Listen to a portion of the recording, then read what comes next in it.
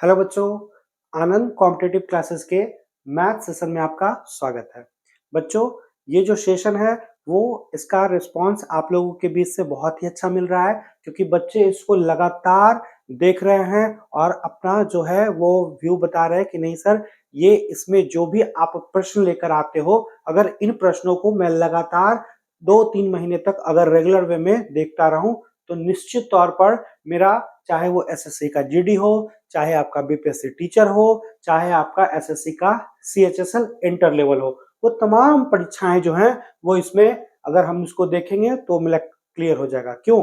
क्योंकि हम लोग इसमें जो प्रश्नों का स्टैंडर्ड लेकर आ रहे हैं वो बहुत ही अच्छा है। चाहे वो चक्रवृद्धि ब्याज का सवाल हो, चाहे वो आपका मेंसुरेशन हो, चाहे आपका अलजेब्रा हो, चाहे आपका ट्रिग्नोमेट्री हो, चाहे हाइट एंड डिस्टेंस हो, हम लोग मैथ का सभी एक-एक चैप्टर से प्रश्न लेकर आ रहे हैं और इसमें हम लोग टोटल 20 प्रश्नों को देखते हैं जो कि आपके एग्जामिनेशन के लिए काफी इंपॉर्टेंट है। और हम लोग जब प्रश्नों को देखते हैं तो कोशिश ये करते हैं कि एक ही प्रश्न को जितने ज्यादा तरीके से हम लोग कंसेप्ट और ट्रिक दोनों मेथड से देखने का कोशिश करते हैं। तो चलिए आज एक नए सेशन की हम लोग शुरुआत करेंगे और ये सेशन नंबर कितना है? तो आपका सेशन नंबर 5 है। ठीक है, चलिए शुरू करते हैं।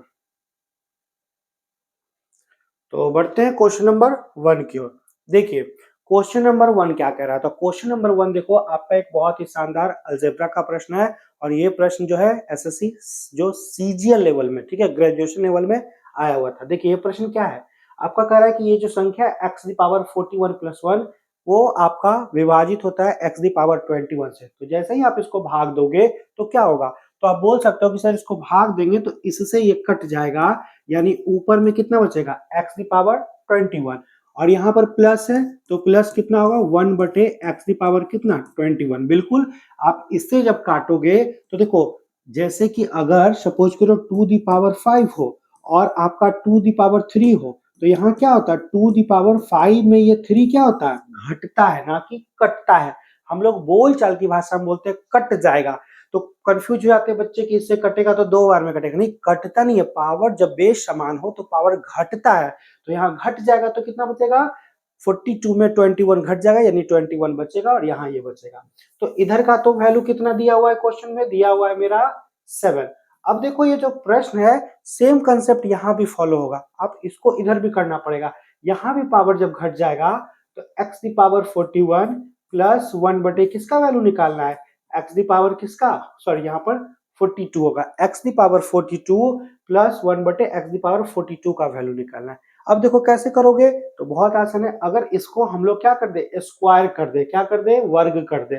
तो अगर वर्ग करोगे तो देखो इसका जैसे ही वर्ग करोगे तो हम लोग पढ़े हैं कि जब k प्लस 1 बाई के का वैल्यू अगर m दिया हुआ हो तो इसका जब वर्ग करते हैं तो इसका वर्ग करने पर फॉर्मूला क्या बनता है, तो m स्क्वायर माइनस कितना 2। तो निश्चित तौर पर यहाँ अगर 7 है तो इसका जो वैल्यू होगा वो कितना 7 का स्क्वायर माइनस 2, यानी आपका क्या होगा, तो आप बोलोगे कि 49 में अगर 2 घट जाएगा यानी मेरा आंसर कितना 47 होगा, जो कि ऑप्शन नंबर डी जो होगा इस प्रश्न का राइट आंसर होगा। तो बहुत ही इजी, बहुत ही सिंपल था, ये बस समझने के लिए था, हम लोग इजीली इस प्रश्न को बना सकते थे। तो आप इसको काइंडली नोट डाउन कर लो।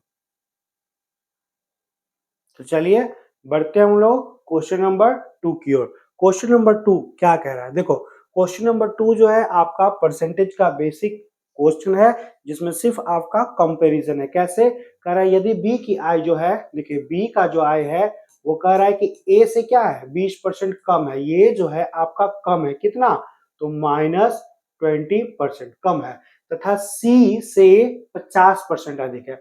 कौन, तो देखो जब भी कंपैरिजन करने वक्त जिसका नाम पहले आता है उसी के बारे में कहा जाता है, यानी ये जो है वो सी से कितना है 50% क्या है, अधिक है। ठीक है, मैंने कंपैरिजन कर लिया।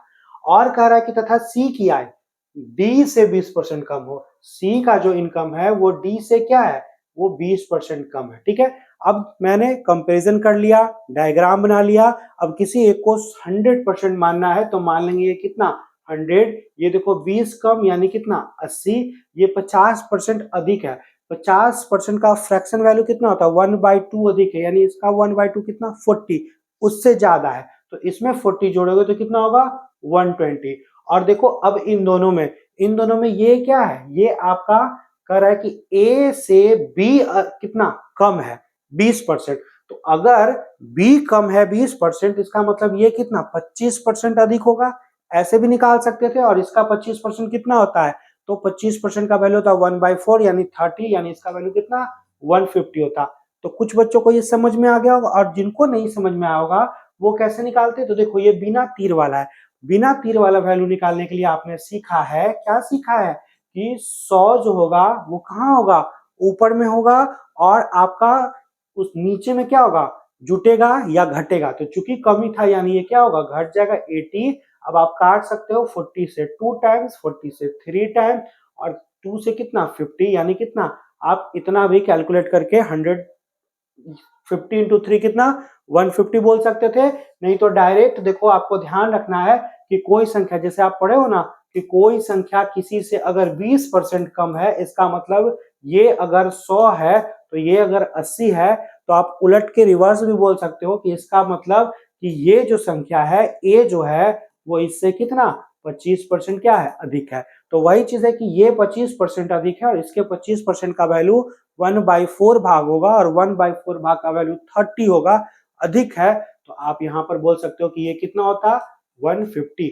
अब देखो कंपैरिजन मैंने कर लिया, किसी एक का मान दिया हुआ, किसका, यदि ए की आई कितना है 45 हो, अब इजी है।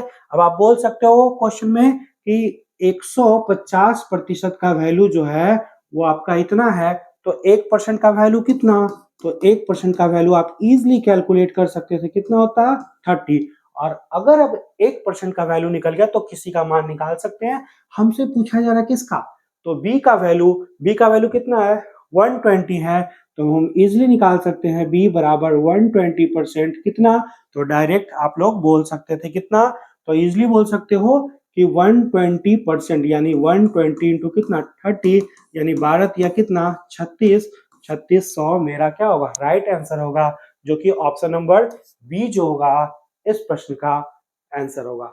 तो बहुत ही इजी, बहुत ही सिंपल, ठीक है। मेन इसमें ये निकालना था, आपको ध्यान रखना है कि कोई किसी से कम है, बी जो है ए से कम है, इसका मतलब ए जो है वो बी से अधिक है, ठीक है। या आप एक पढ़े हो तीर वाला और बिना तीर वाला, कंपैरिजन करने आपको आता है, आप इजिली निकाल सकते हो। तो चलिए हम लोग आगे बढ़ते हैं क्वेश्चन नंबर 3 की ओर।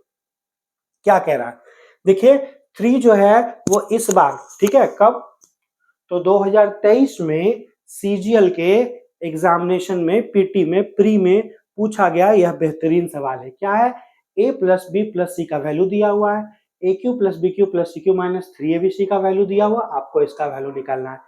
इसमें एक फॉर्मूला यूज होता है, क्या वो फॉर्मूला है, तो हम लोग देख लेंगे, ठीक है। तो सबसे पहले फॉर्मूला क्या होता है, तो आपका होता है A cube plus B cube plus C cube minus 3abc का जो वैल्यू होगा 1/2 into A plus B plus C, ठीक है, ये वैल्यू आपका दिया हुआ है। इंटू में क्या होता है, तो इंटू में 3 इंटू, ठीक है, 3 इंटू क्या होता है, तो आपका होता है A square plus B square plus C square minus कितना, तो आपका A plus B plus C, ये सभी का कितना होल स्क्वायर, ये फॉर्मूला होता है, बस आपको मान रखना है। और इससे रिलेटेड इस बार सीजीएल 2023 के प्री में बहुत सवाल पूछा गया था, और ये बहुत ही अच्छा फॉर्मूला है। इसका वैल्यू कितना है, दिया हुआ 98, किसके बराबर 1/2, और इसका वैल्यू कितना है क्वेश्चन में, तो दिया हुआ कितना 14 दिया हुआ है, पुट कर देंगे, ठीक है, कितना 14। इसका वैल्यू देखो नहीं पता है पता, तो बिल्कुल नहीं पता है तो क्या रखेंगे, इसको x मान लेते हैं, ठीक है, इसको हम लोग क्या मान लिए, इतना बराबर हम लोग मान लिए x, ठीक है, ठीक है। और क्या होगा minus a plus B plus C का वैल्यू कितना है क्वेश्चन में, तो देखो 14 है वैल्यू, तो आप 14 का स्क्वायर कर लोगे, है ना, 14 का क्या कर लोगे, होल स्क्वायर कर लोगे। अब आप इजिली कैलकुलेट कर सकते हो, कैसे, इससे कितना 7 बार में, और इससे कितना 14 टाइम्स में, तो 14 जो होगा किसके बराबर, तो इधर 3x माइनस 196, ये इधर आके जुट जाएगा, तो आप बोलोगे कि 3x का वैल्यू 210 हो जाएगा, और 210 कितना बार में, तो आपका बिल्कुल 17 टाइम्स में 70 बार में कट जाएगा। तो आपका इस प्रश्न का राइट आंसर क्या होगा, ऑप्शन नंबर डी। और ये जब प्रश्न इस बार सीजीएल में पूछा गया था तो अच्छे अच्छे बच्चे का बैंड बज गया था, क्योंकि ये फॉर्मूला बिल्कुल नया था, बहुत सारे बच्चे जानते तक नहीं थे, तो उनको प्रॉब्लम हुई थी। तो आप भी इसको इजीली बना सकते हो बहुत आसान तरीकों से। बस छोटा सा फॉर्मूला आपको याद रखना है, ये बहुत ही इंपॉर्टेंट सा फॉर्मूला है और बहुत ही प्यारा सा फॉर्मूला है। तो चलो जल्दी से आप इसको नोट डाउन कर लो। हम लोग आगे बढ़ते हैं क्वेश्चन नंबर 4 की ओर। चलिए क्वेश्चन नंबर 4 क्या कह रहा है, देखिए क्वेश्चन नंबर 4 क्या कह रहा है। ये भी एक अलजेब्रा का सवाल है और देखो आप लोग पढ़े हो, मैंने कंसेप्ट में पढ़ाया है, हम लोग के वीडियो में बना हुआ है, एक वैल्यू पुटिंग मेथड है, हम लोग कहाँ अप्लाई करते हैं। तो देखो जब इक्वेशन क्या हो, कम हो, आपका इक्वेशन केवल 2 ही दिया हुआ और वेरिएबल ज्यादा हो, तो ऐसे कंडीशन में हम लोग वैल्यू पुटिंग मेथड अप्लाई करते हैं, जिसमें किसी एक को वैल्यू को क्या मान लेते हैं, 0 मान लेते हैं। तो हम इस क्वेश्चन में अगर हमने c बराबर 0 मान लिया तो ये मेरा क्या होगा, कैंसिल हो जाएगा, ये मेरा क्या होगा, कैंसिल हो जाएगा। तो आपका वो जो इक्वेशन बनेगा क्या बनेगा, a प्लस बी का वैल्यू कितना 12, और c बराबर जब 0 मान लोगे तो दूसरा इक्वेशन क्या बनेगा, a square plus B square का वैल्यू कितना 134। और देखो आपने जब c का वैल्यू 0 माना है तो यहाँ ये भी 0 हो जाएगा, ये भी 0 हो जाएगा और ये भी 0 हो जाएगा। तो आपको वैल्यू केवल किसका निकालना है, A B into A plus B. अब देखो इसमें इसका वैल्यू तो पता है, किसी तरह से अगर ए बी का मान निकल जाए तो हम इजिली बना सकते हैं। और अब आप ए बी का वैल्यू अलजेब्रा के नियम से बना सकते हो, बोल सकते हो कि सर ए प्लस बी का होल स्क्वायर बराबर क्या होता है, A square plus B square और प्लस कितना 2ab। आपको इसी ए बी का मान निकालना है, पुट कर सकते हो। इसका वैल्यू कितना 144, इसका वैल्यू कितना आपका 134 और प्लस 2ab। यानी देखो इसमें ये घटेगा, जैसे ही आप इसको घटाओगे तो बोलोगे कि सर 2ab का वैल्यू कितना हो जाएगा 10, क्योंकि इसमें से 134 घटेगा तो कितना बचेगा 10 बचेगा। यानी अब आप बोल सकते हो कि प्यारे बच्चों कि ए बी का मान कितना हो जाएगा 5 हो जाएगा। अब देखो ए बी का मान अगर 5 हो गया तो इस प्रश्न को हम यूं चुटकियों में हल कर सकते हैं। कैसे, तो देखो बिल्कुल आप बोलोगे अब तो सर बउआ वाला प्रश्न हो गया, कैसे, तो देखो यहाँ दिया हुआ ए बी का मान कितना, तो आपने निकाला 5 और इसका वैल्यू कितना 12, तो गुना कर लोगे तो मेरा कितना 60 हो जाएगा, यानी ऑप्शन नंबर ए। तो बहुत ही आसान था, बउआ वाला प्रश्न था, कब, जब आपको वैल्यू पुटिंग मेथड आता हो। और मैंने आप में से जो भी बच्चों को वैल्यू पुटिंग मेथड नहीं आता हो, काइंडली हम लोग के वीडियो में जाकर देखें, हम लोग का जो यूट्यूब चैनल है उस पर जो वीडियो है अलजेब्रा का उसमें आपको मिल जाएगा। ठीक है, तो अगर आपको ये वीडियो अच्छा लगा हो तो काइंडली अभी ही जल्दी से लाइक भी करो और शेयर भी करो और अपने फ्रेंड तक भी पहुंचाओ। क्यों, क्योंकि आपके प्यार और सपोर्ट के बदौलत ही हम लोग आपके लिए कंटेंट लेकर आएंगे। देखो बीच में बंद हो गया था, फेस्टिव सीजन था, आप लोग क्या किए, लाइक नहीं किए, शेयर नहीं किए, तो हम लोग भी क्या होते हैं, हम लोग को भी लगता है कि शायद आपको अच्छा नहीं लग रहा है या आप बिजी हो गए हो, आप पढ़ना नहीं चाह रहे हो। तो फिर हम लोगों ने बहुत बच्चों का जब मैसेज आया कि सर कंटिन्यू कीजिए, बहुत अच्छा वीडियो था, तो फिर आपके लिए लेकर हम आए। तो देखो हम मेहनत करते हैं, लेकिन मेरा मेहनत सफल तब होगा जब ज्यादा से ज्यादा बच्चों पढ़े हो तब, है ना, तब। और बहुत ही जल्द हम लोग ऑनलाइन बैचेस लेकर भी रेगुलर वे में आएंगे। ठीक है, तो तब तक आप क्या करो कि अगर आपको ये अच्छा लगा हो, लगता हो कि नहीं मैंने कुछ इस क्वेश्चन में कोई नया तरीका सीखा हो, तो बिना सोचे बिना रुके अभी करो, अभी करो, जल्दी से करो। ठीक है, मैं देख रहा हूँ कि कौन कौन बच्चे करते हो, क्योंकि मुझे पता चल जाता है कि कितने बच्चे लाइक और शेयर करते हो। चलिए आगे बढ़ते हैं क्वेश्चन नंबर 5 की ओर। क्या कह रहा है, देखो बहुत आसान सा प्रश्न है। क्या कह रहा है, सीआई का एक क्वेश्चन है कि नीरज ने धीरज को प्रिंसिपल कितना है 2500 रुपया, रेट क्या है 18% वार्षिक, कितने, एक वर्ष के लिए ऋण दिया। ठीक है, लेकिन कह रहा है कि ब्याज प्रत्येक 4-4 महीने पर, ये इंपॉर्टेंट है कि कैलकुलेशन किस आधार पर हो रहा है, तो कैलकुलेशन 4 मंथ में हो रहा है, मतलब कितना टाइम होगा, तो आप बोलोगे कि सर अगर 4-4 मंथ पर हो रहा है मतलब एक साल में कितना 3 बार होगा, होगा ना, और जितनी बार कैलकुलेशन होता है वही इसका पावर बनता है। तो आप बोल सकते हो कि इसका मतलब t का वैल्यू कितना हो जाएगा, तो 3 हो जाएगा। क्यों, क्योंकि हर 4-4 महीने पर हो रहा है तो साल में 3 बार होगा, 3 बार कैलकुलेशन होगा तो टी का वैल्यू कितना 3 हो जाएगा। अब देखो साल भर में आप बोल सकते थे कि कैलकुलेशन तो ऐसे होता है, मतलब आप बोल सकते थे कि 12 मंथ में कितना मिलता है 18%। तो आप जरा सोचो कि 12 मंथ में अगर 18% मिलता है और कैलकुलेशन कैसे हो रहा है 4-4 महीने पर, 4-4 महीने पर कैलकुलेशन हो रहा है, यानी एक मंथ में कितना तो 18/12, 4 मंथ में कितना तो 4 से ये कितना 3 टाइम्स और ये कितना 6, यानी रेट कितना हो जाएगा 6% हो जाएगा और टी कितना हो जाएगा 3। तो 3 का गोल्डन रेशियो क्या है 3:3:1। यही गोल्डन रेशियो हम लोग यूज करेंगे। और गोल्डन रेशियो कब यूज करते हैं जब मेरा ऑप्शन दशमलव में हो। बहुत सारे लोग दशमलव को देखकर टीचर बोलते हैं कि जहां दशमलव वाला रहे तो छोड़ दो, वक्त ज्यादा लगेगा, दूसरा प्रश्न बना लो। नहीं, आप चुटकियों में बना सकते हैं, क्योंकि जब बच्चे सीखते हैं ना चैप्टर को तो ये सब तो बिना पेन उठाए हुए कैलकुलेट कर लेते हैं कि टी का वैल्यू 3 और 4 महीने का रेट कितना तो आपका 6%। अब इसको हल करना है, ये तो बच्चे ऐसे ही कर लेते हैं कि पहला बार 2500 का कितना मिलेगा 6%, और 6% का वैल्यू क्या होगा तो आपका 150। 150 का गोल्डन रेशियो क्या है तो पहला बार का गोल्डन रेशियो 3 है, यानी जो आपको ब्याज मिलेगा इतना गुने 3 यानी कितना 450 रुपया। अब दूसरे बार ब्याज किस पर मिलेगा इस पर, यानी इसका आपको 6% निकालना है। तो इसका 6% आप कैलकुलेट करोगे 3/2 और 2 से 1 कट जाएगा, यानी 3 गुने 3, देखो ये 3 ये 2, 2 से ये कट जाएगा कितना बार में 3 बार में, यानी कितना तो 9 का गोल्डन रेशियो कितना सेकेंड ईयर के लिए भी वही 3 ही होता है, यानी कितना 27। अब देखो दूसरे बार 9 का 6%, तो 9 का 6 कितना 54 और 54/100 यानी दशमलव में आ जाएगा, है ना, दशमलव में आ जाएगा कितना 0.54। तो अब इतना छोटा है कि इसके आसपास मतलब 1 रुपया भी ब्याज नहीं मिलेगा, 1 रुपया से कम मिलेगा। तो केवल इन्हीं दोनों को जोड़ के देखो ना 470 कितना 7 आ रहा है, और आपके ऑप्शन में ऑप्शन नंबर बी जो है वो 477.5 और जो कि दिख रहा है कि 9 का 6% निकालोगे तो वही 0.54 आएगा। तो आप इजीली बना सकते थे, कितना आसान था। और आपको लग रहा होगा कि इतना बड़ा है, बिल्कुल नहीं, आपको ये तो मन में करना है। ये जब आप सीखोगे क्लासेस में चैप्टर में जब पढ़ाते हैं हम लोग तो सीखोगे तो ये तो इजीली कर पाओगे।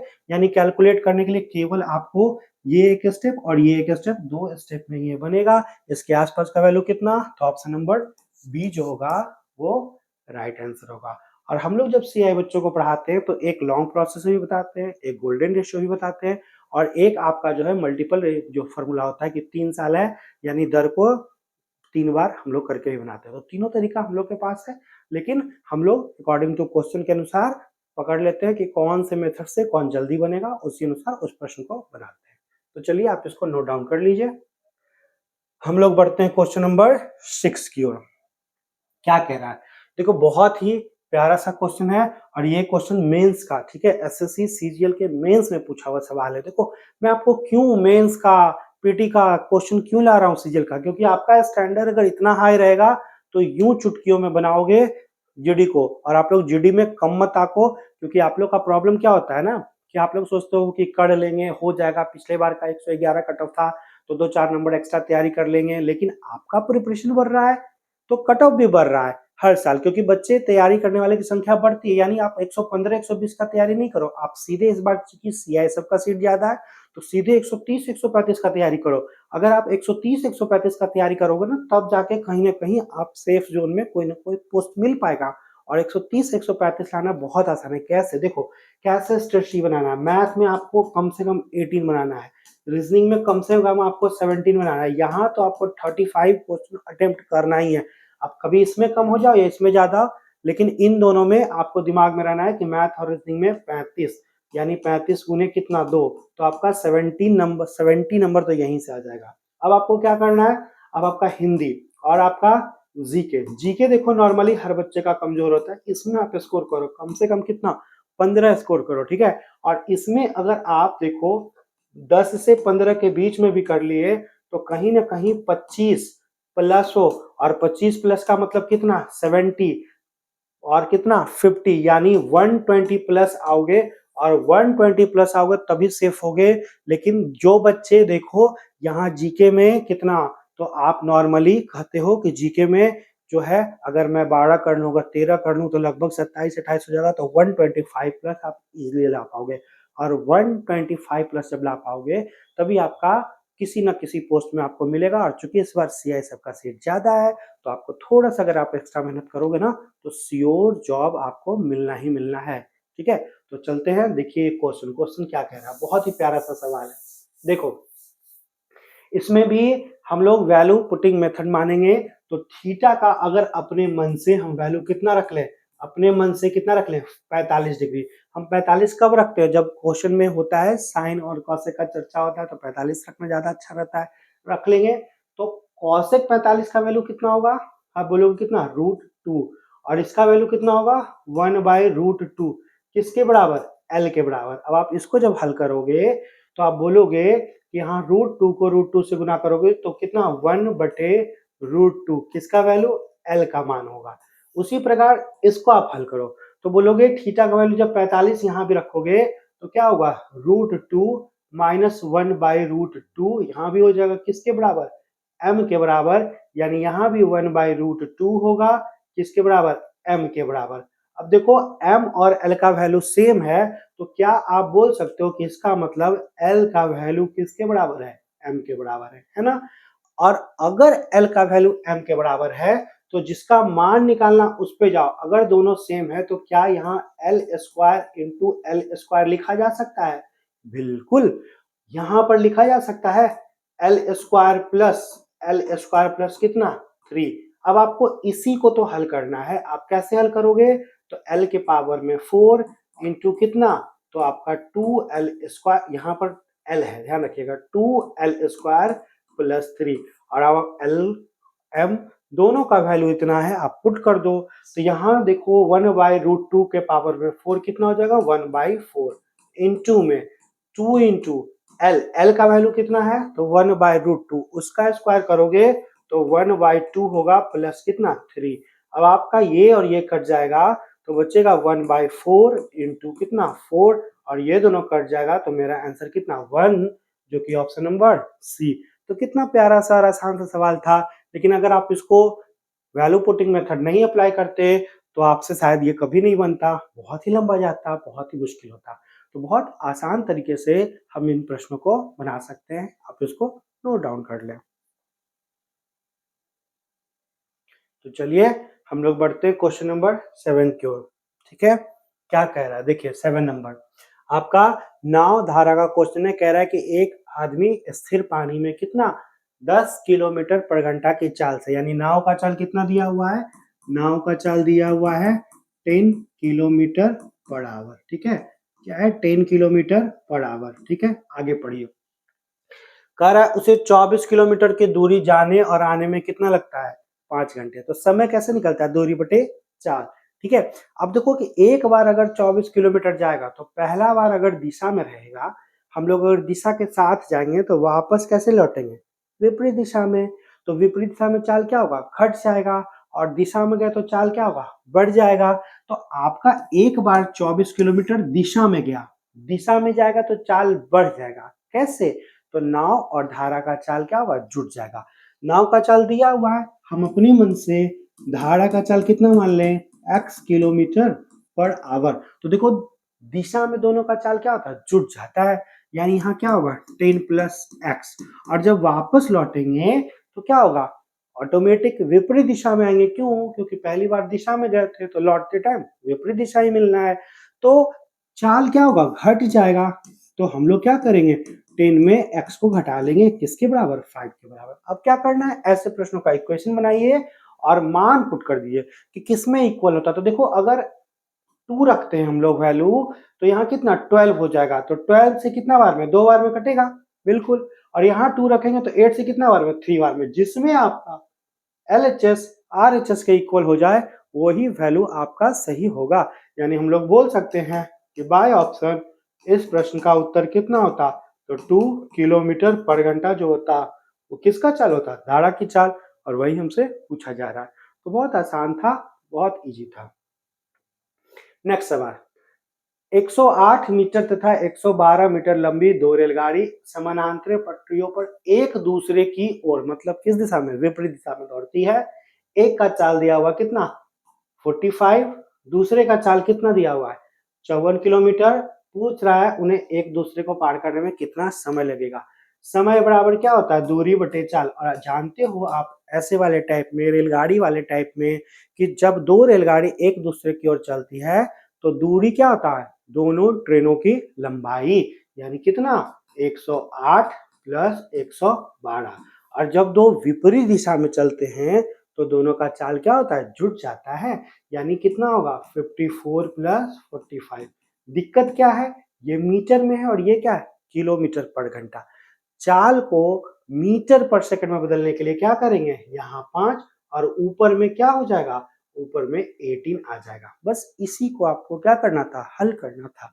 अब आप हल कर सकते हो कैसे, इन दोनों का योग कितना हो जाएगा तो जोड़ लो 100 100 200 कितना 220 गुने 18। और आप लोग एक बार में ही जोड़ के लिखो, जोड़ के लिखोगे तो दोबारा ये प्रोसेस नहीं करना पड़ेगा, वहीं आप काट सकते हो। कितना तो आपका 99 इंटू कितना 5, 9 से 2 बार में, 9 से 11 बार में, 11 से 20 बार में और 5 से 4 बार में, यानी 4 दूनी कितना 8 सेकंड मेरा आंसर होगा, जो कि ऑप्शन नंबर सी जो है राइट होगा। तो बहुत ही इजी, बहुत आसान था। आप दो बार नहीं डायरेक्ट यहाँ से लिखो और डायरेक्ट यहीं से इसको बनाओ, ठीक है। एक ही स्टेप में ऐसे प्रश्न बनना चाहिए, ठीक है। बढ़ते क्वेश्चन नंबर 9 की ओर। 9 नंबर देखो क्या कर रहा है, एक कार कुछ दूरी 4.5 घंटे में, देखो कुछ दूरी, दूरी नहीं दिया हुआ है, ठीक है, समय दिया हुआ है, ठीक है। तो अगर हम लोग दूरी देखो यहाँ पर नहीं दिया हुआ है इतने घंटे में तय करती है तथा कह रहा है यदि चाल बढ़ जाती, चाल बढ़ रही है तो इसका मतलब पहले कोई ना कोई चाल तो होगा ही, क्या होगा तो हम लोग मान लें क्वेश्चन में कि माना कि प्रारंभिक चाल कितना x किलोमीटर पर आवर। तो देखो आप जानते हो कि चाल दिया हुआ है, अब मान लिए मतलब दिया हुआ है ना, x के टर्म में लेकिन दिया हुआ है। अब चाल दिया हुआ है और समय दिया हुआ तो उसे क्या निकलेगा दूरी। तो दूरी कैसे निकलता है, दूरी बराबर चाल गुने समय, और समय देखो कितना है 4.5 घंटा, यानी कितना 9/2। तो यहां से क्या निकला दूरी, और कह रहा है कि यदि चाल बढ़ जाती, बढ़ा दी जाती तो वही दूरी, देखो दोनों जगह दूरी इक्वल था बिल्कुल। और दूरी निकलता कैसे चाल गुने समय, दूसरा बार चाल क्या था तो दूसरा बार था x प्लस कितना 5, और समय क्या था आधा घंटा कम लगता, पहले कितना लगता है 4.5 घंटा, अब आधा घंटा कम लगता है, तो यहाँ पर कितना लगेगा 4 घंटा। तो ये भी आपका चाल गुने समय दूरी, चाल गुने समय दूरी, और दोनों दूरी क्या था इक्वल था। बस इसको हल कर लेना है, कैसे हल करेंगे, ये दो उधर चल जाएगा यानी 9x का वैल्यू, और जैसे ही ये यहाँ गया तो कितना 8 हो जाएगा, और 8 को x से गुना करोगे तो कितना होगा 8x होगा ना, कितना होगा यहाँ पर, हाँ कितना हो जाएगा 8x प्लस 8 बचे 40, घटा लेंगे x का वैल्यू कितना 40, ठीक है। और x आप क्या माने हो प्रारंभिक चाल कितना x किलोमीटर पर आवर। हमसे पूछ क्या रहा है कि कार की धीमी चाल, तो देखो प्रारंभिक चाल कम थी बाद में चाल अधिक थी, हमसे धीमी वाली यानी x का मान पूछ रहा है, तो मेरा आंसर कितना हो जाएगा 40 होगा इस प्रश्न का राइट आंसर। बढ़ते हैं क्वेश्चन नंबर 10 की ओर, देखिए क्या कह रहा है। तो बहुत इजी है, और अगर आप बाबू आपको ये सेशन अच्छा लगता हो तो काइंडली आप इसको लाइक भी करो और खूब मेहनत करो, क्योंकि देखो कहते हैं ना कि जिनके इरादे मेहनत की स्याही से लिखे जाते हैं उनके किस्मत के पन्ने कभी खाली नहीं होते। हम लोग भी आपके लिए ये कंटेंट जब लाते हैं तो पहले कंटेंट खोजते हैं, तैयार करते हैं, फिर वीडियो रिकॉर्ड करते हैं, फिर अपलोड करते हैं ताकि आप लोग पढ़ पाओ। और आप लोग अगर नहीं पढ़ोगे तो कैसे आगे बढ़ोगे। आज आप नहीं पढ़ते हो ना, आपके फ्रेंड घर में दिन रात पढ़ते हो, वो सोचते हैं क्या कि चलो मम्मी इस बार मैं अगर घर नहीं आया तो कोई बात नहीं, अगली बार आऊंगा तो जॉब लेकर आऊंगा और सैलरी लेके आऊंगा, तो मेरे सैलरी से ना छठ फेस्टिवल करना, किसी से मत मांगना, है ना। बच्चे ऐसा सोचते हैं तो उसके लिए मेहनत करते हैं। वो बाहर में दिन रात जो है कैसे रहते हैं ना, कभी पटना वगैरह में, कभी आप बाहर जाके देखोगे रूम, इतना छोटा छोटा रूम होता है ना कि क्या बताऊं मैं आपको, ठीक है? तो बच्चे ना उन परिस्थितियों में रहते हैं और दिन-रात मेहनत करते हैं, किसके लिए? अपने फैमिली के लिए, खुद के लिए। और आप लोग जो अपने घर में रहते हैं ना, उनको चूँकि कष्ट होता नहीं है, लगता है अरे बहुत अच्छा बेड मिल गया, सारी फैसिलिटी तो मिल रहा है, फिर भी आपको शिकायत अपने माताजी, पिताजी से ही रहता है। लेकिन नहीं, आपको पढ़ना चाहिए, आपको मेहनत करना चाहिए, क्योंकि आज आपको अगर इतना बड़ा कर दिए, वो इस लायक बना दिए हैं, तो उनका शुक्रगुज़ार रहो कि उन्होंने इतना मेहनत करके मुझे इस लायक बनाया था, ठीक है? बाकी आप उनको कभी ये मत बोलो कि आपने मेरे लिए क्या किया था, क्योंकि उनका काम था आपको इस लायक बना दिया उन्होंने कि आप अब पढ़ सको, आप मेहनत कर सको, इस लायक बना दिया। अब आप कितना मेहनत कर सकते हो, कितना आगे बढ़ सकते हो, जब आप अपने लिए नहीं कुछ कर सकते हो, अपने लाइफ़ के लिए नौकरी नहीं ले सकते हो, अपने लाइफ़ के लिए खुद आगे नहीं बढ़ सकते हो, तो अपने माता-पिता का क्या करोगे? तो सोचो कि आपके पिता ने आपके लिए इतना मेहनत किया, लेकिन आपने अपने लिए क्या किया? अपने लिए तो कम से कम पढ़ लो। तो जो आदमी अपने लिए नहीं कर सकता है, वो अपने माता-पिता के लिए भी नहीं कर सकता है। इसलिए बच्चों को मेहनत करना चाहिए, है ना? बढ़ते आगे क्वेश्चन नंबर 10 देखो ये तो बहुत ईज़ी सा सवाल है। इनकम दिया हुआ है और कह रहा है कि इतना-इतना बचत करते हैं तो प्रत्येक का आप देखो निकाल सकते हो। क्या-क्या रेशियो दिया हुआ है? इनकम का रेशियो दिया हुआ है और खर्च का रेशियो दिया हुआ है। हम लोग जानते क्या हैं कि अगर आय में हम लोग अगर बचत को घटा दें तो क्या होता है? व्यय के बराबर होता है। बस इसी का रेशियो इक्वल करना है। इनकम का रेशियो कितना है? 5x, दूसरे का 3x। पहला कितना बचाता है? देखो कितना बचत करता है? 1300। दूसरा कितना बचाता है? 900। तो किसके बराबर? तो व्यय के रेशियो के बराबर। कितना? 9/5। अब इसको आप क्रॉस मल्टीप्लाई करके इस प्रश्न को हल कर सकते हो, तो मुझे उम्मीद है कि आप इसको बना सकते हो। तो काइंडली क्वेश्चन नंबर 10 का राइट आंसर मुझे कमेंट्स बॉक्स में ज़रूर बताइएगा, है ना? आप इज़िली इस प्रश्न को बना सकते हो, क्योंकि ये प्रश्न मैं अधिकतर प्रैक्टिस सेशन में दे ही रहा हूँ, तो बन जाएगा आपसे। बढ़ते हैं आगे। क्वेश्चन नंबर 11 मेंस्ट्रुएशन का बहुत अच्छा क्वेश्चन। गोलार्ध। गोलार्ध मतलब क्या? Semi sphere. और सेमी स्फेयर का वॉल्यूम, वॉल्यूम कितना होता है? 2/3 पाई आर क्यूब। कह रहा है कि इसका जो मान है वो उसके कुल पृष्ठ क्षेत्रफल मतलब टोटल सरफेस एरिया, और इसका जो टोटल सरफेस एरिया होता है वो 3 पाई आर स्क्वायर होता है। तो कह रहा है कि उसके बराबर है। हमने बराबर कर लिया, तो पाई से पाई कैंसिल, आर स्क्वायर से ये कैंसिल, ठीक है? तो आपका पूछ रहा है त्रिज्या क्या होगा इस आर का वैल्यू। तो देखो बहुत आसान है, ये 3 उधर चल जाएगा यानी 9, नीचे में 2 हो जाएगा ना, यानी इसी को हम लोग बोल सकते हैं कितना? तो आपका ऑप्शन नंबर सी 4/1/2 एकक। तो बहुत ईजी था, बहुत सिंपल था, बस फॉर्मूला बेस्ट था। फॉर्मूला नहीं याद रहेगा नहीं बनेगा। और आप जब जीडी का एग्जाम दोगे, एसएससी का एग्जाम दोगे, तो एक क्वेश्चन 2 क्वेश्चन मेंसुरेशन से रहना है, फॉर्मूला बेस्ड ही। तो आप इजीली इन छोटे-छोटे प्रश्नों को कम से कम नहीं मिस करो। ये सब आप नहीं बनाते हो, जबकि रियलिटी में ये सब बउआ वाला, मैं बार-बार कहता हूँ बउआ वाला प्रश्न है ये सब। तो बउआ वाला प्रश्न तो कम से कम कभी नहीं छूटना चाहिए। बढ़िए आगे। 2 वृत्त का व्यास जो है 1 वर्ग की भुजा है। देखो एक जो D1 था वो वर्ग की भुजा है, यानी उसका मान किसके बराबर? A के बराबर। और दूसरा जो है वर्ग का विकर्ण है, यानी D2 जो है वो क्या है? तो आपका √2a के बराबर है।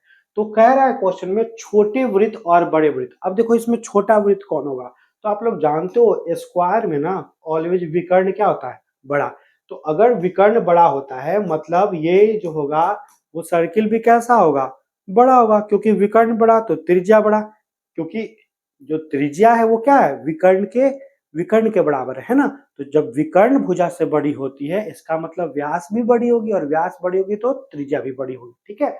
तो दोनों का आपका विकर्ण यानी दिया हुआ है वृत्त का, ये क्या दिया हुआ? व्यास दिया हुआ है, ठीक है? अब देखो दोनों वृत्तों के क्षेत्रफल का क्या निकालना? अनुपात। देखो जब कभी भी ना रेशियो निकालना हो किसका?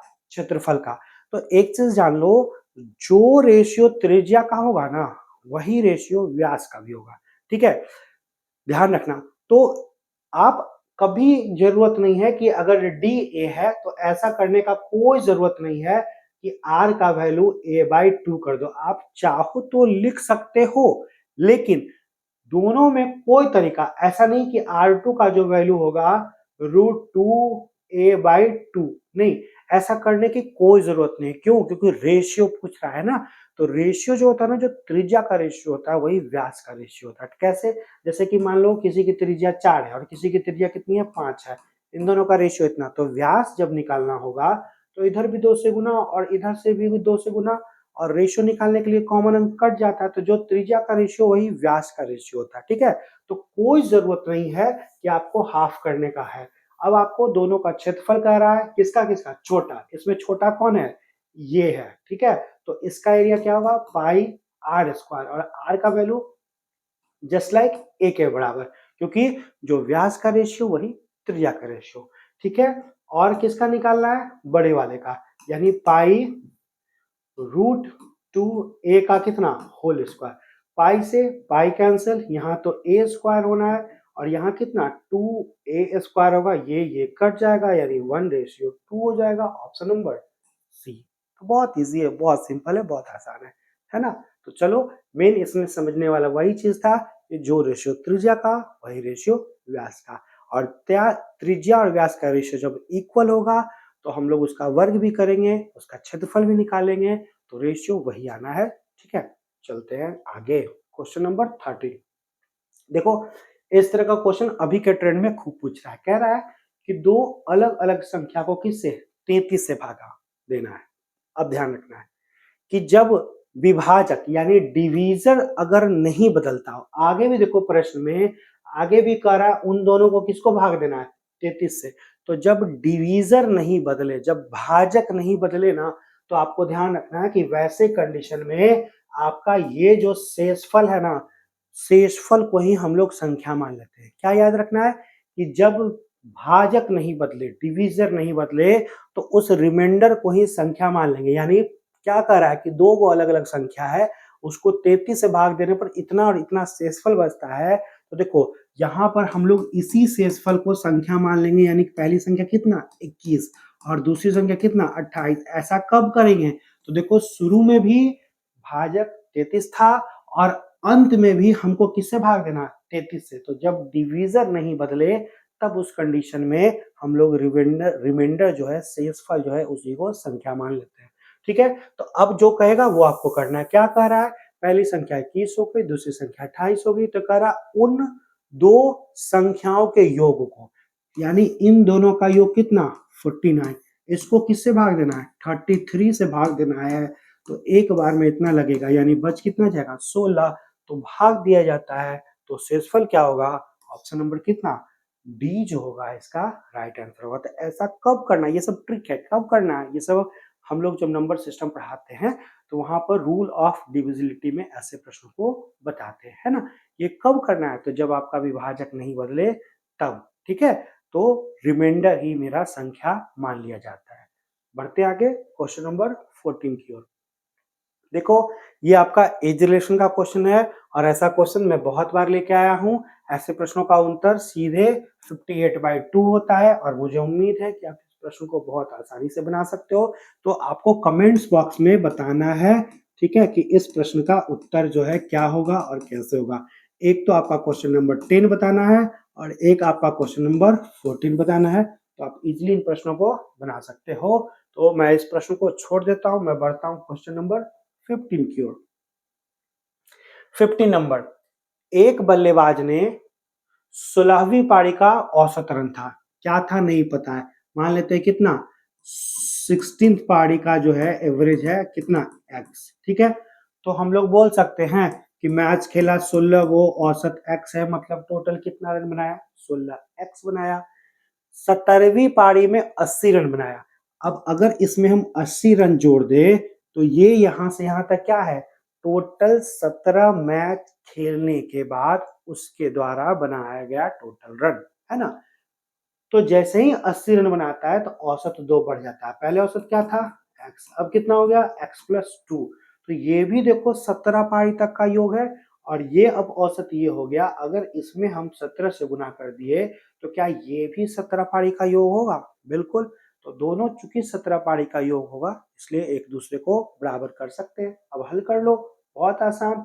आपका हल करोगे तो 16x + 80 17x प्लस 34x को एक तरफ किया जाएगा, नंबर को एक तरफ किया जाएगा, तो आपका कितना 46। x का वैल्यू 46 हो जाएगा, तो कह रहा है 17 पारी के बाद उसका औसत क्या था x प्लस 2 था, यानी आपका ऑप्शन नंबर कितना बी जो होता है इसका राइट आंसर होता, क्योंकि 17 पारी के बाद औसत कितना था x प्लस 2 और x का वैल्यू 46 आया, उसमें 2 जोड़ दोगे यानी 48 हो जाएगा।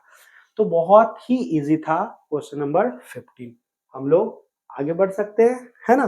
चलिए क्वेश्चन नंबर 16 देखो, कह रहा है कि एक व्यक्ति द्वारा कहां से ए से बी तक, मान लो ये दूरी आपका ये ए है, ये बी है, किस चाल से गया 20 किलोमीटर पर घंटा की चाल से गया, तथा वापस किस चाल से आ रहा है 30 किलोमीटर पर घंटा। देखो ये क्वेश्चन इतना इजी है, लेकिन हर बार बच्चे इस प्रश्न को गलती करके आते हैं। क्यों? क्योंकि दो वो चाल देखते हैं तो सीधे वो औसत चाल जब कह रहा था तो बहुत सारे बच्चे 20 प्लस 30 बटे 2 रख देते हैं, यानी 50 बटे 2 यानी 25, जो कि ऑप्शन में मिल भी जाता है, लेकिन ये क्या होता है गलती हो जाता है। क्यों? क्योंकि देखो जब ए से बी पर गया और वापस जब बी से कहाँ आता है वापस उसी स्थान पे आ जाता है, तो ऐसे कंडीशन में औसत चाल का एक फॉर्मूला होता है 2 इंटू एक्स इंटू वाई बटे एक्स प्लस वाई, जहां x क्या होता है जाने वाला चाल, y क्या होता है आने वाला चाल, है ना। तो हम लोग अब हल कर लेंगे, वैल्यू पुट कर लेंगे, 2 गुने 20 गुने 30 और बटे में कितना जोड़ लेंगे 50, इजिली कट जाएगा कितना, 0 से 0 कट रहा था, ये 2 रहने देते, ठीक है ना। इजिली 0 से 0 और 5 से कितना 6 बार में 6 दूनी 12, 12 दूनी कितना, तो ऑप्शन नंबर बी। देखो यही छोटा सा मिस्टेक होता है कि जब लौट कर वापस आ जाएगा तो औसत चाल का ये फॉर्मूला होता है, और जब लौट कर वापस नहीं, जैसे किसी स्थान से पटना से दिल्ली गया और दिल्ली से मुंबई चला गया, है ना, जब वो लौट कर वापस नहीं आएगा तो सीधे औसत का वैल्यू एवरेज का वैल्यू योग बटे संख्या होता है, ठीक है। लेकिन जब लौट कर वापस आ जाएगा तो फॉर्मूला होता है 2 इंटू एक्स इंटू वाई बटे एक्स प्लस कितना वाई। इस फॉर्मूला से हम लोग बनाते हैं। तो बढ़ते हैं क्वेश्चन नंबर, हम लोग कौन सा 16 तो मेरा हो गया, बढ़ते हैं क्वेश्चन नंबर 17 की ओर। चलिए 17 नंबर देखो, बहुत आसान एलसीएम एचसीएफ का क्वेश्चन है। 4 अंकों की छोटी से छोटी संख्या कौन है जिसे इतना इतना भाग देने पर शेषफल क्या बचे 2। अगर ये 2 नहीं बचता इसका मतलब ये सभी से क्या होता कट जाता ना। तो पहले ही सबसे 2-2 रुपया निकाल के जरा देखो कि 2-2 रुपया अगर निकाल लेंगे तो उसके बाद जो वैल्यू आएगा वो किससे किससे कटना है इन सभी से, और इसमें एक अंक है 10, 10 से कटने का नियम क्या होता है कि लास्ट में 0 होना चाहिए। तो जरा सोचो कि इसमें से 2 घटा लोगे तो लास्ट में क्या होगा 8, यानी ये कभी होगा तो नहीं। इसमें से 2 घटाओगे तो लास्ट में 6 होगा, जबकि होना कितना चाहिए था 0, तो ये भी नहीं होगा। बचा एक ये कितना 1060 और बचा एक ये 1080। तो अब कह रहा था कि 10 से भी कटना और 15 से कटने का मतलब क्या 3 और 5 दोनों से कटना चाहिए। 3 से कटने का नियम अंकों का योग, ये कटेगा बिल्कुल कटेगा, ये कटेगा नहीं, यानी ये भी कैंसिल, यानी मेरा ऑप्शन नंबर डी जो होगा राइट आंसर होगा। और देखो ऐसे प्रश्नों को लंबे चौड़े से पहले एलसीएम निकालते हैं, फिर बहुत लॉन्ग प्रोसेस से बनाते हैं बच्चे। ऐसे लॉन्ग प्रोसेस से बनाओगे जो होता है कि पहले हम लोग एलसीएम निकालते हैं, एलसीएम जो भी आ जाए और उसके बाद फिर संख्या निकालते हैं। तो संख्या निकालने के लिए एलसीएम में रिमाइंडर को जोड़ना पड़ता है, तो मेरा आंसर होता है ये। इतना लंबा बनाने का आपको कोई जरूरत नहीं है, आप डायरेक्ट ऐसे प्रश्नों को ऑप्शन से बनाएं चुटकियों में, और अगर नहीं आता हो तो हम लोग का वीडियो देखें, वहां हम लोग ऐसे बहुत सारे प्रश्नों को हम लोग शॉर्ट में इसी तरह से बाय ऑप्शन बनाकर हम लोग वहां पर देख चुके हैं, है ना। तो बढ़ते हैं नेक्स्ट क्वेश्चन में। क्वेश्चन नंबर 18 क्या कह रहा है कि रितु ने 2 टीवी सेट 4800 में प्रत्येक पर बेचे, दोनों का एसपी कितना है, प्रत्येक का देखो दिया हुआ है, प्रत्येक का एसपी कितना इतना, मतलब और कह रहा है कि एक पर 20% का लाभ हो और दूसरे पर 20% का हानि। ये तो बहुत आसान है कि जब एक पर लाभ हो एक पर हानि हो और दोनों का वैल्यू क्या है, दोनों का वैल्यू सेम हो, तो ऐसे कंडीशन में क्या होता है हानि, और हानि प्रतिशत बराबर क्या होता है आर स्क्वायर बाय 100। यानी आप बोलोगे कि कितने परसेंट का हानि होगा, तो 20 गुने 20/100 यानी कितने परसेंट का, 4% का। लेकिन पूछ क्या रहा है, आगे बढ़ते हैं, तो वही पूछ भी रहा है कि लाभ या हानि परसेंट बताए।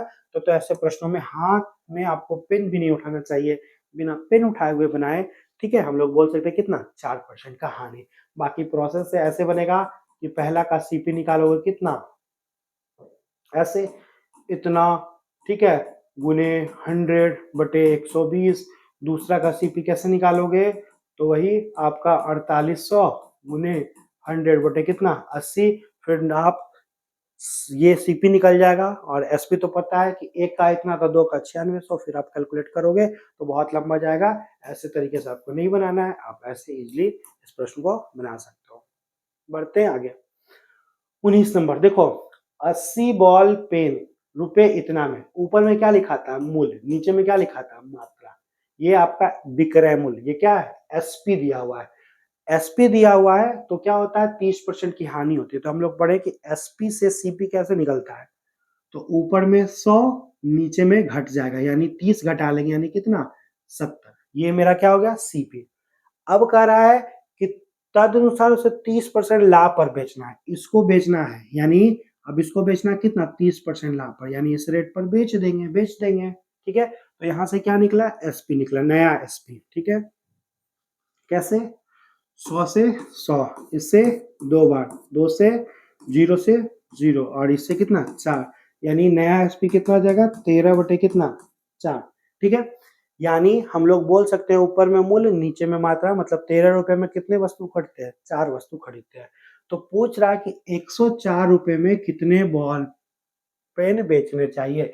अब सोचो कि 13 को 104 लाने के लिए कितना बार में गुना, ऊपर में अगर 8 बार गुना होगा तो नीचे में भी 8 बार, यानी कितने वस्तु, 832 वस्तु इसका आंसर होगा। ऑप्शन नंबर देखो, ये बी है, ये सी है, यानी ऑप्शन नंबर कितना, सी जो होगा इस प्रश्न का राइट आंसर। मैंने क्या किया, तो हमने पहले रेट निकाल लिया, रेट कितना आया, 13/4, और जानते हैं हम लोग कि ऊपर में हम लोग लिखते हैं मूल्य को, नीचे में किसको लिखते हैं, मात्रा को। तो अब बताओ, आप बोल सकते हो कि अगर 1 रुपया में 5 वस्तु, तो 2 रुपया में कितना, तो इसको 2 लाने के लिए 2 से गुना, तो इधर भी तो 2 से गुना। तो वही काम किए कि 13 रुपया में 4 वस्तु, तो 104 लाने के लिए ऊपर में कितना से गुना, तो बोलोगे यहाँ 8 से गुना, तो यहाँ भी 8 से गुना, यानी 104 रुपए में कितना, 8 चौक 32 वस्तु मेरा क्या होता, राइट आंसर होता। तो इजी था, है ना। बढ़ते हम लोग क्वेश्चन नंबर 20, जो कि आज का लास्ट क्वेश्चन होगा। देखिए क्या है, बहुत प्यारा सा क्वेश्चन है। कह रहा है कि एक टावर की ऊंचाई, देखो कह रहा है ना कि एक छत है या एक टावर है जहां पर एक लड़का जो है देख रहा है, ठीक है, ठीक है। क्या देख रहा है, तो 50 मीटर यहाँ ऊंचाई दिया हुआ, कितना, 50 मीटर से। तो कह रहा है कि सूर्य का उल्टांश कितना है, मतलब अल्टीट्यूड कितना है, तो यहाँ पर देखो कितना था, 45, ठीक है। नीचे मान लो एक लड़की को देखा, हाय हेलो करेगा यहाँ से, हाँ, या हो सकता है यहीं पर एक गर्ल रहेगी, ठीक है। और इसको जो है यहाँ से एक बॉय जो है नीचे से देखा, अब लड़का है, ऊपर में लड़की खड़ी है, तो निश्चित तौर पर क्या होगा, अब एक लड़की अगर छत पर खड़ी हो तो रोड पर जाने वाला जितना होता है सब उसको देखता है, वही काम यहाँ होता है। तो फिर क्या कह रहा है कि सूर्य का उल्टांश कितना होता है, तो कह रहा है कि पहले 45 डिग्री रहता है, तो सूर्य के उल्टांश मतलब वही अल्टीट्यूड 30 डिग्री रहने पर अब जो है ना 30 डिग्री किधर बनेगा, इधर, क्योंकि जितना दूर से देखेंगे उतना कोण क्या होगा, कम होगा। तो अब पहले एक लड़का यहाँ से इसको देखता है, अब जो है दूसरा लड़का यहाँ से देखता है, और दोनों किसको देख रहा है, तो लड़की को तारेगा ही तारेगा, क्योंकि लड़का तो वही करता है मैक्सिमम लोग, जहां देखा छत पे लड़की बस घूमना शुरू, तो वही चीज होता है। अब एक यहाँ से देख रहा है, ठीक है। तो कह रहा है कि छाया की लंबाई जो होती है एक्स मीटर कम जाती है, इसको बोलते हैं छाया, ये एक्स मीटर कम जाती है, जिसको हम लोग डी के नाम से जाते हैं, ठीक है। तो यहाँ पर ऐसे प्रश्नों में एक फॉर्मूला होता है, डी बराबर एच कॉट थीटा 1, ठीक है, माइनस कितना, कॉट थीटा 2। एक तो इससे बनाते हैं, दूसरा कंसेप्ट क्या होता है कि जब 45 और 30 हो, तो उस कंडीशन में 45 के सामने जो होता है ना वो होता है 1 गुना, और ये भी कितना होता है 1 गुना, और ये जो होता है ना वो √3 - 1 गुना होता है, और टोटल जो होता है ना वो रूट कितना 3, ये रेशियो मेथड है। तो आप बोलो कि अगर ये 45 है, यानी 45 के सामने अगर 1 गुना, और 1 गुना का वैल्यू अगर 50 है, तो यहाँ से लेकर यहाँ तक ये भी कितना होगा 50, और ये अगर 50 होगा, आप बोलोगे कि जब एक का भाग कितना है 50 है, तो √3 - 1 का वैल्यू कितना होगा, इतना गुने इतना, यानी ऑप्शन नंबर कितना होगा सी। बाकी आपका ये फॉर्मूला था। यहाँ पर θ1 क्या होगा, छोटा कोण, ठीक है, और θ2 क्या होगा, बड़ा कोण। तो आप इजिली पुट कर सकते थे, डी का वैल्यू निकालना है तो 50, cot 30 का वैल्यू कितना, तो cot 30 का वैल्यू आप इजिली बोल सकते हो कितना, √3, और cot 45 का वैल्यू कितना, तो 1, यानी ऐसे भी आप बना सकते थे। सेम आता, बाकी रेशियो मेथड से भी आप इसको बना सकते हो। कुछ बच्चों को रेशियो मेथड समझ में नहीं आया होगा, ये मैं जब क्लास में पढ़ाया हूँ तो बच्चों को बहुत अच्छे से बताया हूँ। तो बहुत आसान था, बहुत ईजी था, है ना। और आपको अगर इसी तरह से ये वीडियो अच्छा लगता हो तो काइंडली हम लोगों के साथ जुड़े हुए रहें, हमारे चैनल को लाइक भी करिए, है ना, ज़्यादा से ज़्यादा कमेंट्स और शेयर भी करें, और प्यारा प्यारा कमेंट्स बताएं कि सर और कैसे आप अच्छी वीडियो ला सकते हैं, अच्छे क्वेश्चन कैसे ला सकते हैं, या आपको क्या प्रॉब्लम इसमें रह गई वो ज़रूर बताएं, ताकि हम आपके लिए और ज़्यादा मेहनत करते रहें। लेकिन आप भी शेयर करना ना भूलें। Okay, good night. तब तक आप खूब ज़िंदगी में मेहनत करते रहिए और आगे बढ़ते रहिए। Thank you.